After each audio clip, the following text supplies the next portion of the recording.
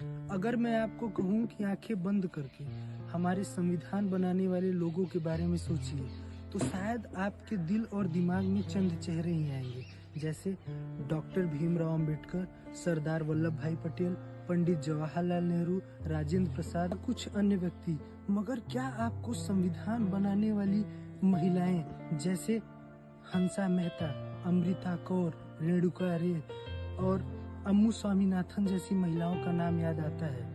अगर मैं ये सवाल खुद से भी पूछूं तो शायद मेरा भी उत्तर ना ही होगा, क्योंकि इसमें हमारी और आपकी कोई गलती नहीं है।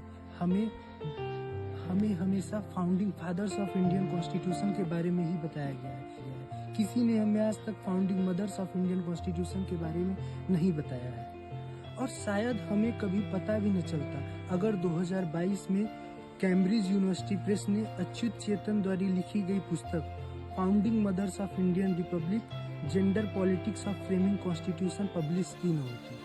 यही हमारे समाज की सच्चाई है, जहां महिलाओं के योगदान को बहुत कम बताया जाता है और बहुत कम याद किया जाता है। अच्युत चेतन जी लिखते हैं कि कैसे इन महिलाओं ने, जो कॉन्स्टिट्यूएंट असेंबली की डिफरेंट सब कमिटी जैसे fundamental rights committee, steering committee की पार्ट थी, उन्होंने कैसे इनका पार्ट बनके एक वाइटल रोल प्ले किया कॉन्स्टिट्यूशन को फ्रेम करने में। एक इंस्टेंस उन्होंने बताया कि जब कॉन्स्टिट्यूएंट असेंबली में किसी आर्टिकल के रिजोल्यूशन को लेके डिस्कशन हो रहा था, जिसमें लिखा था प्रोटेक्शन ऑफ वुमेन, तो उसमें ऑल इंडिया कांग्रेस कमेटी की मेंबर कमला चट्टोपाध्याय जी ऑब्जेक्ट करते हुए बोलती हैं कि womens do not need protection, rather we should give them attention. और ये बात कितनी सही है। प्रोटेक्शन देने की उन्हें जरूरत है जो जिन्हें हम कमजोर मानते हैं, अटेंशन देने की उन्हें जरूरत है जिन्हें हम काबिल मानते हैं। यही सच्चाई है हमारे समाज की। यहाँ औरतों को हमेशा से ही कमजोर माना गया है, उन्हें उनकी काबिलियत के हिसाब से नहीं देखा गया है, बल्कि इंसानों की जरूरतों के हिसाब से देखा गया है। और इसीलिए शायद हमारे समाज को वेस्टर्न नेशंस पैट्रियार्कल सोसाइटी भी कहते हैं। तो जब मैं इस चीज का उत्तर खुद से पूछता हूँ कि इसके पीछे क्या कारण रहा होगा, तो मुझे एक ही उत्तर मिलता है कि ये हमारे समाज की एक दुखद सच्चाई है कि हम कलेक्टिव गुड की जगह इंडिविजुअल पर्सनालिटीज को प्रायोरिटी देते हैं। हम सबको मालूम है कि क्रिकेट 11 मेंबर्स की टीम से बनता है, उनके योगदान से ही कोई टीम जीतती है। मगर जब बात आती है वर्ल्ड कप की, तो बड़ी आसानी से हम उसका क्रेडिट धोनी को दे जाते हैं। हम पल भर में भी गंभीर के द्वारा बनाए गए 97 रन और युवराज सिंह के द्वारा पूरे टूर्नामेंट में किए गए संघर्ष को याद नहीं करते हैं। हम संविधान में लिखते तो हैं कि government is run by council of minister which consist of 15 members, मगर जब बात आती है किसी भी गवर्नमेंट के पॉलिसी को क्रेडिट देने के लिए, तो हम किसी एक व्यक्ति विशेष को या किसी एक पार्टी के लीडर को क्रेडिट बड़ी आसानी से दे जाते हैं।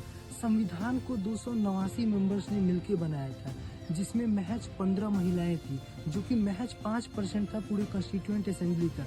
But when it comes in giving credit, हम बड़ी आसानी से सिर्फ एक व्यक्ति डॉक्टर भीमराव अंबेडकर जी को क्रेडिट दिए जाते हैं। मुझे मालूम है कि मेरा ये वीडियो शायद आप में से कुछ ही लोग होंगे जो पूरा देखेंगे या इसे शेयर करेंगे, क्योंकि मेरे पास वो वर्चुअल इफेक्ट्स नहीं है जो मैं आपको पीछे अलग अलग दिखा सकूं और एक ऐसा व्यू बता सकूं जो कम्प्लीटली बायस्ड और रिटोरिक हो। अटल बिहारी वाजपेयी जी लिखते हैं कि भारत सिर्फ एक भूमि का टुकड़ा नहीं है, बल्कि एक जीता राष्ट्र पुरुष है। माफ कीजिएगा अटल जी, आप गलत थे। आज भारत राष्ट्र पुरुष नहीं, बल्कि आज भारत उसकी युवाओं की वजह से, जो सिर्फ अश्लीलता और नगीन वीडियोस को देखते हैं और उन्हें बढ़ावा देते हैं, राष्ट्र पुरुष नहीं बल्कि एक महज जमीन का टुकड़ा बन के रह गया है। इसके पीछे का कारण वैल्यू बेस्ड इंडिया में, जहां एक समय पे योगा और मेडिटेशन को प्रायोरिटी दी जाती थी ताकि हम अपने सेंसेस और डिजायर्स को कंट्रोल कर रखें, आज कैपिटलिज्म ने हमें पूरा मटेरियल कर दिया है। कार्ल मार्क्स ने बिल्कुल सही कहा था कि capitalism have alienated man from himself. आज हम सिर्फ अपने डिजायर्स पे वर्क करते हैं। हम वैल्यूज को कम कीमत देते हैं, बल्कि चमक धमक को ज्यादा कीमत देते हैं। मैं इस चीज के लिए अपने दोस्त मैंग को क्रेडिट देना चाहूंगा, जिसने मुझे इंस्पायर किया इस पे बोलने के लिए। धन्यवाद।